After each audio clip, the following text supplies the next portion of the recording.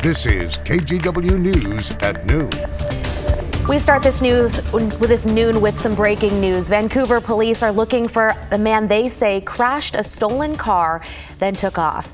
There's a big search going on right now at Northeast 162nd Avenue and 4th Plain Boulevard. That's a shopping center with a Safeway store. Vancouver police tell us the suspect ran into a business in that shopping center.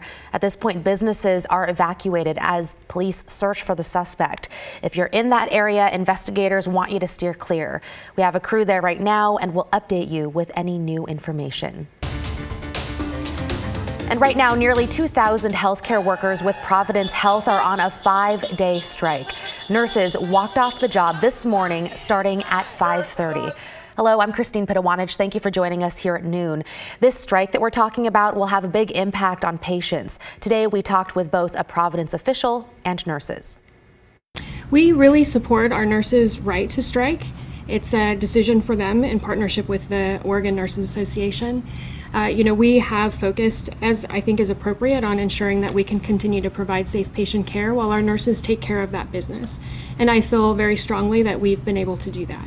So I'm confident in the capabilities and the competencies of the replacement nurses that we've brought in and their ability to continue to care for our community. Walking off the job felt hard. I'm not gonna lie, it was hard just because, feels hard that I'm leaving my patients, but it felt good to see everyone support us. Nurses are demanding better pay and benefits, among other things. KGW's Thomas Schultz explains what we can expect to happen over the next 5 days. With replacement nurses filling the roles of striking nurses over the next few days, union members say they've seen glass walkways be covered with curtains. Providence officials say they're also ensuring that new workers have entrances away from the strikers. Union members say those are just a couple of the changes they've been seeing. We have seen them for this entire week shipping patients out to other facilities. Beginning at 5:30 Monday morning, Molly Burchell and around 1,800 other Providence Hospital nurses in Portland, Seaside, and hospice care will strike for 5 days. We are feeling demoralized. They say negotiations with Providence have been ongoing for 9 months, but they haven't negotiated since June 8th. Burchell says that's due to Providence's decision not to negotiate once a strike was authorized. While nurses picket, Providence officials say people should expect longer wait times at the Portland location. Elective surgeries will be paused, the neonatal ICU will close, and baby deliveries will move. Patient transfers from other hospitals will also be reduced significantly. The only surgeries that will not be paused will be life and death cases. We're doing the best that we can to continue to provide care for our patients. Gentry says Providence Portland provides services for 400 patients a day. 20 patients are served daily in Seaside. She says Providence will continue to provide critical services during the strike, but nurses and patients aren't confident. They should be ashamed of themselves. Joe Smith had colon cancer surgery this past week. He's checking out of the hospital early because his nurses are leaving too. Smith says he was uneasy about being cared for by replacement nurses. I'm confident they could not be any better because I cannot imagine having better care than I have had for the last 5 days. Smith's son Jeff says he will now take care of his dad. I'm a little emotional because my dad's dealing with cancer. Has been in the hospital for 5-6 days. The best part about that experience were the nurses. The nurses were the best part of his experience in that hospital. Providence says replacement nurses received orientation training Sunday to ensure they're ready to take over Monday morning. We have a very qualified, experienced nursing workforce to come take care of our patients. But patients' families say they wish Providence would agree to nurses' demands. I think their most important thing they got to do is make sure that their most important resource is taken care of. Providence officials say they have offered nurses a 12% pay increase in the first year of the contract. In the next 2 years, they say nurses would receive additional 3% raises. A Providence statement says the latest offer also included bonuses of up to $2,500 and 30 additional hours of paid time off over 3 years. Officials say the average full-time nurse makes $128,000 a year, but nurses say other concerns are not being met. They consistently are tone deaf. Burchell says Providence needs to do a better job of hiring and retaining nurses. It is not just about money.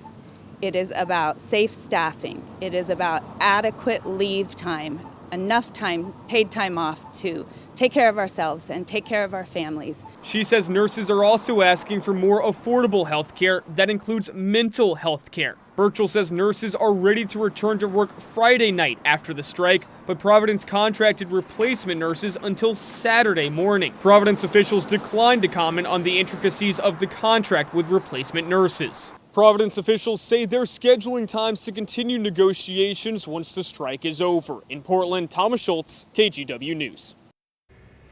Now to the deadly shooting in eastern Washington that unfolded during a concert at the Gorge Amphitheater near Quincy Saturday night. 2 people died. 3 others are hurt, including the suspect who's in custody. The shooting happened at the campgrounds during an electric dance music festival. People there told our sister station in Spokane they were forced to run for their lives. Blair Best has the story. The Beyond Wonderland Festival, a weekend of outdoor music at the Gorge Amphitheater, took a deadly turn Saturday night. It's kind of like a horror scene. Like, it reminds me of that was when we were running. Just before 8:30, the Grant County Sheriff's Office responded to an active shooter firing randomly into a crowd at a Gorge campsite. That's when Vanessa and her friend Alex fled to safety. We saw people getting into other people's tents to hide because it was the closest spot. Law enforcement quickly surrounded the area and arrested the suspect. 2 people died in the shooting and 3 others were injured. The suspect was among those 3. We're told officers also fired their guns. The concert continued on while the operation was going on in the venue. There was a mass notification sent countywide to avoid the venue and that there was a shooting that happened. Officers told festival goers like Alex Baumgarter, who drove up from Portland, to run, hide, or fight the suspect. And all of a sudden a big deal like an active shooter is going to be traumatizing for many people. The festival canceled the second day of shows and tweeted that the campground was closed and there was no current danger. Some of the festival headliners also took to Twitter, sharing their condolences for the victims. It definitely sucks. I mean, I'm missing out on all the artists that I went to see today, but I mean, it's for a good reason. It's definitely fair. I don't think anyone's in the mood to really be partying and raving right now. The victims' families have been notified, and more information will be released this week. Seeing it and only seeing the little bits of straw and leaves, I definitely wasn't super scared, but it was more just a shock because I've never seen anything like that. That man is talking about seeing a confirmed tornado that touched down in Lynn County yesterday. It happened in Harrisburg. That's about 20 miles north of Eugene.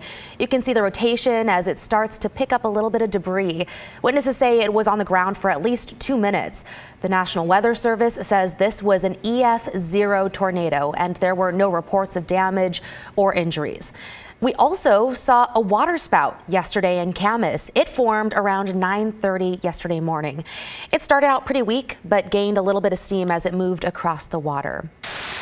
And in the Portland area, you can hear it, you can see it in this video. Some pretty wild weather too. This is video of heavy hail and rain in southwest Portland when a strong storm rolled through around 4 o'clock yesterday. Then about an hour later, it was a winter-like scene. Take a look at that. That's from Clackamas Town Center, that area. After the storms there dumped several inches of hail in a short amount of time. There were no reports of serious crashes, but there was a pretty decent slowdown on I-205. All the rain also caused problems on streets and freeways in the usual trouble spots, including here on westbound I-84 near Northeast 148th Avenue. The high water caused some major backups. Other areas saw some street flooding too. So that wild weather continues today. Rod, I know we have just taken a look at these 2 water spouts out on the coast. Yeah, this is evidence that we certainly still have a severe storm threat. Yesterday, the fact that we had 3/4 inch hail down in the Happy Valley area, that's large enough hail for potential property damage, and a severe thunderstorm warning would be issued if we believe hail could reach that size again. But happening this morning at 10:25, Gianni Poulone grabbing this shot off of Rockaway Beach. If you look down here, you can see 2 distinct spouts.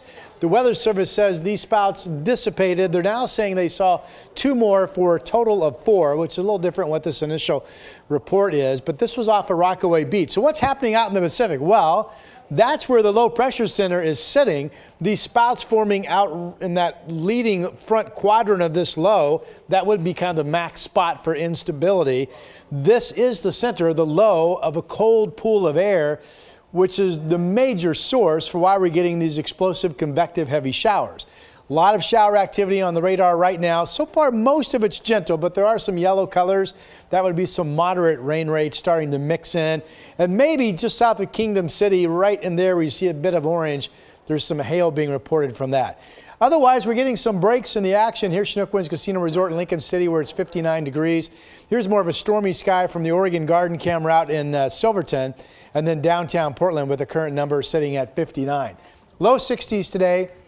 Continuing threat of hail, some gusty winds, and thunderstorms. I think once we get through tonight, we'll cancel the storm threat. I'll have much more, including more on yesterday's weather coming up. Yeah, can't wait to hear all about it. Okay, thank you so much, Rod. Now a big heads up for Max riders. The longest disruption in Max history is underway for the next 4 months through October 21st. Trains will not be running from the Gateway Transit Center to the airport. Instead, shuttle buses will serve the Gateway, Park Rose, Cascade, and Mount Hood Max stations. This is all part of the Better Red project. Crews will be laying down new tracks and a new platform at PDX.